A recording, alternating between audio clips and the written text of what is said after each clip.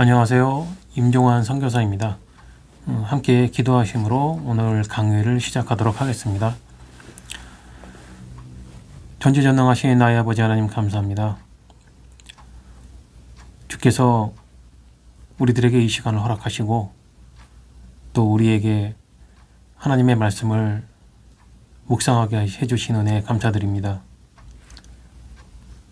날씨가 많이 추워졌고 코로나가 여전히 사람들을 괴롭히고 있지만 주께서 우리에게 하나님을 생각하게 하시고 하나님의 말씀을 사모하는 마음을 주셔 우리가 다시 한번 하나님의 말씀을 생각하게 해주셨습니다.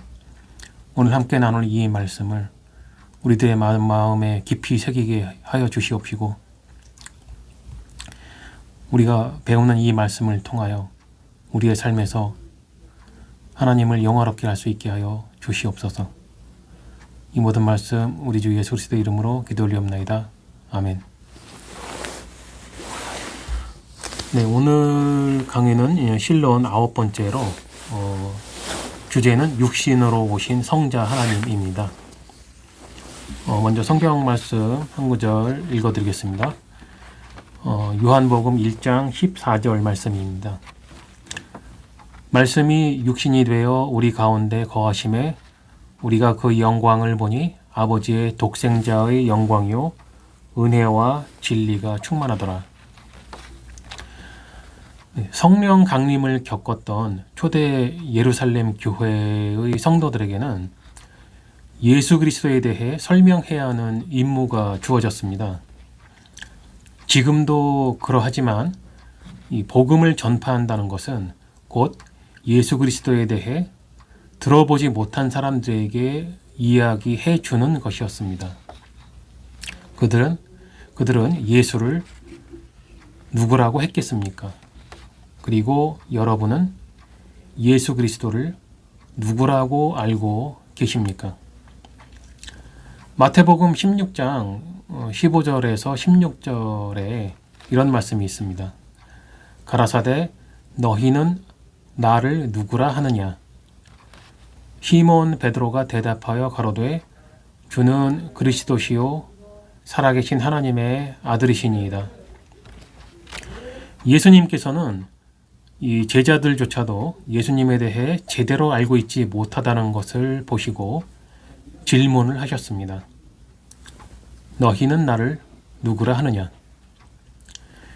이 질문은 지금의 우리들에게도 주어지는 질문입니다. 그리고 이 질문과 대답은 기독교의 정체성입니다.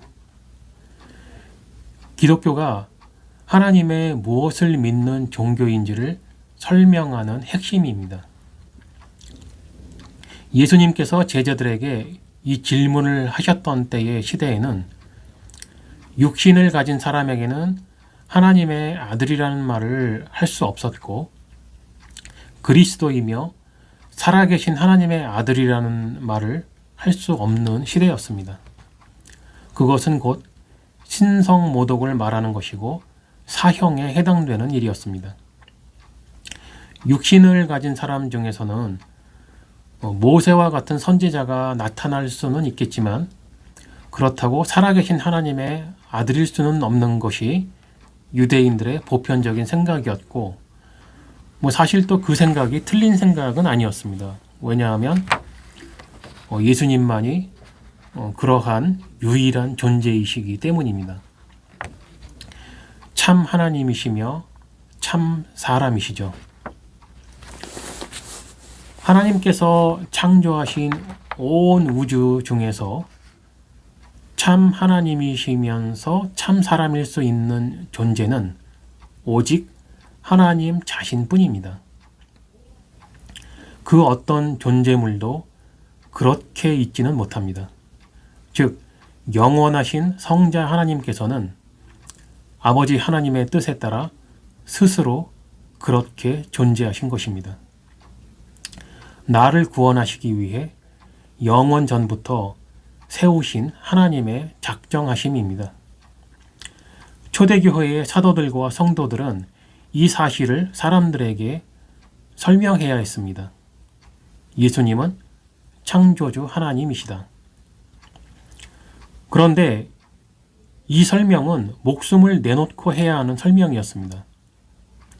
왜냐하면 그렇게 설명하면 아버지 하나님이 분명히 존재하시는데 예수님이 아들 하나님이라고 설명하면 하나님이 하나가 아닌 둘이라는 것으로 들리기 때문입니다.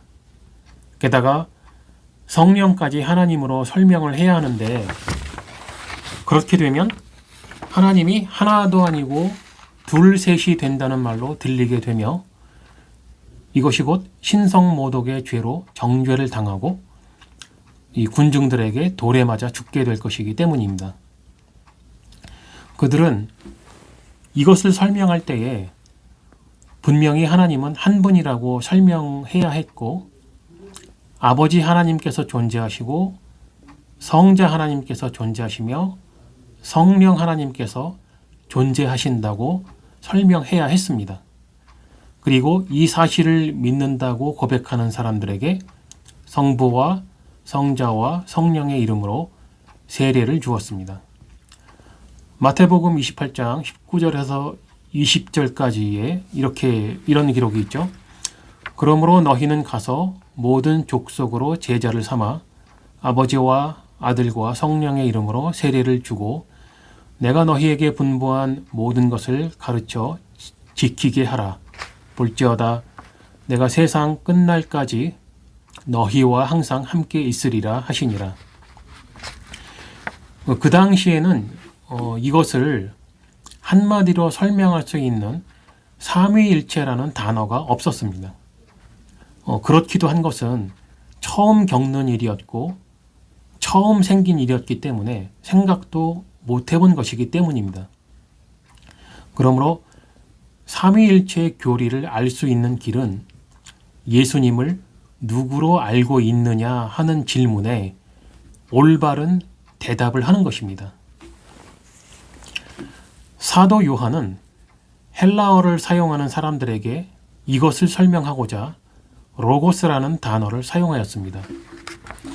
요한복음 1장 1절 태초에 말씀이 계시니라 이 말씀이 하나님과 함께 계셨으니 이 말씀은 곧 하나님이시니라. 요한복음 1장 1절에서 한국어로는 이 말씀으로 번역되어 있는 이 로고스는 많은 뜻으로 번역될 수 있는 단어입니다.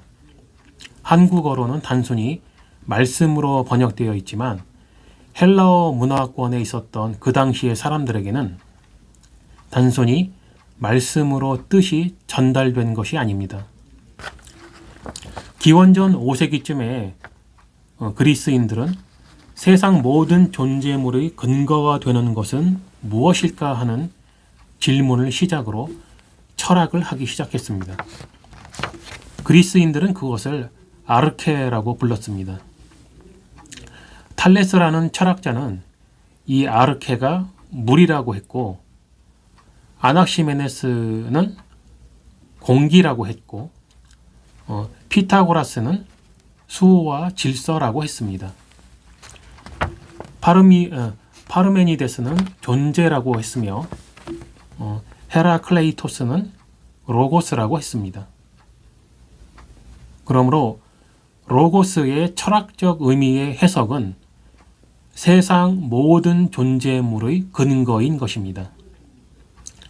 사도 요한은 이 로고스라는 단어의 정확한 의미와 뜻을 알고 있었고 그 당시 헬라 문화권에 있었던 사람들도 알고 있었기 때문에 이 단어를 사용함으로써 예수님이 누구이신지를 헬라어로 설명했던 것입니다. 이 의미로 요한복음 1장 1절을 다시 번역해 보겠습니다. 태초에 세상 모든 존재물의 근거가 되는 존재가 계시니라. 이 세상 모든 존재물의 근거가 되는 존재가 하나님과 함께 계셨으니 이 세상 모든 존재물의 근거가 되는 존재는 곧 하나님이시니라. 그리고 이러한 의미와 뜻으로 요한복음 1장 14절을 다시 번역해 보겠습니다. 세상 모든 존재물의 근거가 되는 존재가 육신이 되어 우리 가운데 거하심에 우리가 그 영광을 보니 아버지의 독생자의 영광이요 은혜와 진리가 충만하더라. 여러분들은 혹시 제가 했던 강의 중 신론 두 번째에서 설명한 존재와 존재물을 기억하시는지 모르겠습니다. 하나님께서는 이름을 묻는 모세에게 에흐예 아세르 에흐예라고 대답하셨습니다. 즉 나는 존재다라고 대답하셨습니다. 이 대답에는 너는 존재가 아니다라는 의미가 함축되어 있는 것이고 너는 흙이니 흙으로 돌아갈 존재물이라는 것입니다. 이것이 에흐예 아세르 에흐예라는 하나님의 대답이 가진 진정한 의미입니다. 하나님을 존재로 그리고 인간을 존재물로 파악한 것, 바로 이것이 모세를 통해 전해진 하나님에 대한 개념입니다. 그러므로 사도 요한이 설명한 로고스라는 이 한 단어에는 예수 그리스도께서는 창조주 하나님이신 그 존재이시다라는 뜻이 포함되어 있는 것입니다. 나를 구원하시기 위해 죄는 없으시지만 우리와 같은 육신을 입고 이 땅에 오신 성자 하나님 예수 그리스도께서는 우리들과 같은 것을 경험하시고 고난받고 십자가에 못 박혀 죽으셨습니다. 세상 모든 존재물의 근거가 되는 존재가 육신이 되어 우리 가운데 오셨고 온 세상을 창조하신 창조주 하나님께서 나를 사랑하셨다는 이유로 십자가에 못 박혀 죽는 고난을 스스로 선택하셨습니다. 우리가 확실히 알아야 하고 믿어야 하는 예수 그리스도에 대한 지식이 바로 이것입니다. 많은 사람들이 예수 그리스도께서 고난받고 십자가에서 못 박혀 죽으신 사건을 생각할 때에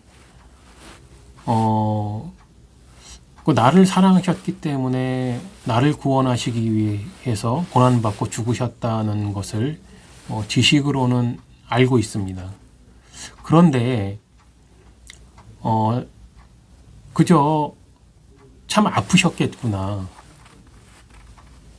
그 십자가에 못 박힐 때 그 손과 발이 참 얼마나 아팠을까.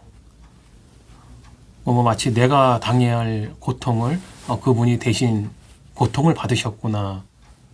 이런 정도로 사람들이 생각을 하는 것 같습니다. 그리고 아버지 하나님이란 단어와 하나님의 아들이라고 하는 단어 때문에 마치 두 번째로 높으신 분으로 생각을 하는 경우가 많이 있어요.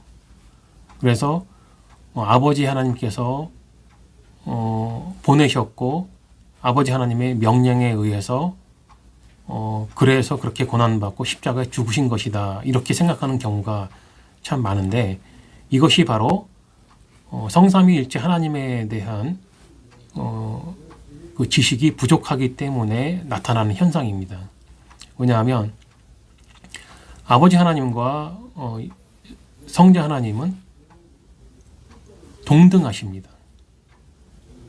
아버지 하나님이라고 하는 명칭 때문에 아버지 하나님이 더 높으신 것도 아니고 아들 하나님이시기 때문에 서열 두 번째이다, 넘버 투다 그런 게 아니라는 것이죠.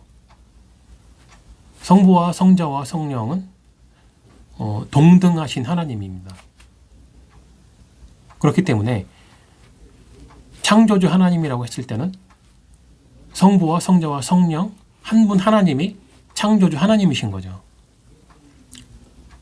그러므로 참 하나님이시면서 동시에 참 사람의 존재가 되신 그 성자 하나님께서는 누구의 강요나 누구의 명령에 의해서 그렇게 된 것이 아니고 아버지 하나님의 뜻에 따라 그 말뜻에는 본인의 뜻도 포함이 되어 있는 것이죠. 그렇게 해서 하나님 스스로가 그런 존재가 되신 겁니다. 그리고 온 세상을 창조하신 창조주 하나님께서 스스로 고난받기를 선택하신 거고 십자가에 못 박혀 죽을 것을 선택하신 겁니다. 그냥 하나님으로부터 보내진 어떤 선지자가 어떤 참 선하고 깨끗한 사람이 십자가에 못 박혀 죽은 것이 아니고 이 세상을 창조하신 창조주 하나님께서 스스로 그러한 죽음을 선택을 하신 겁니다. 그리고 그 이유는 나를 사랑하셨고 나를 구원하기 위함이라는 것이 성경에 기록되어 있는 내용입니다. 은혜라는 말을 우리는 어떻게 이해를 해야 할까요? 그저 단순히 값없이 주신 것이 은혜이다. 틀린 말은 아니지만 창조주 하나님께서 그런 일을 행하셨다. 그것이 무슨 뜻인지 정확히 이해하는 것이 하나님의 은혜, 예수 그리스도의 은혜를 정확하게 깨달을 수 있는 그런 길이 아닐까 생각을 해봅니다. 오늘 강의를 요약해 보겠습니다. 첫 번째, 여러분은 예수 그리스도를 누구라고 알고 계십니까? 두 번째, 하나님께서 창조하신 온 우주 중에서 참 하나님이시며 참 사람일 수 있는 존재는 오직 하나님 자신뿐입니다. 세 번째, 영원하신 성자 하나님께서는 아버지 하나님의 뜻에 따라 스스로 그렇게 존재하신 것입니다. 네 번째, 로고스의 철학적 의미의 해석은 세상 모든 존재물의 근거인 것입니다. 다섯 번째, 사도 요한은 이 로고스라는 단어의 정확한 의미와 뜻을 알고 있었고 그 당시 헬라 문화권에 있었던 사람들도 알고 있었기 때문에 이 한 단어를 사용함으로써 예수님이 누구이신지를 헬라어로 설명했던 것입니다.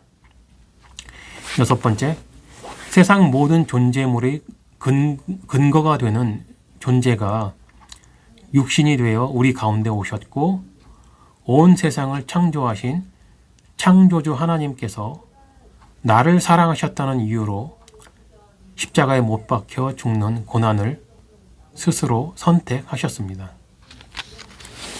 네, 함께 기도하시고 오늘 강의를 마치도록 하겠습니다. 온 세상을 창조하신 창조주 하나님께 기도 올리옵나이다. 우리는 우리 주 예수 그리스도의 은혜가 무엇인지 그 뜻을 정확히 알고 싶습니다.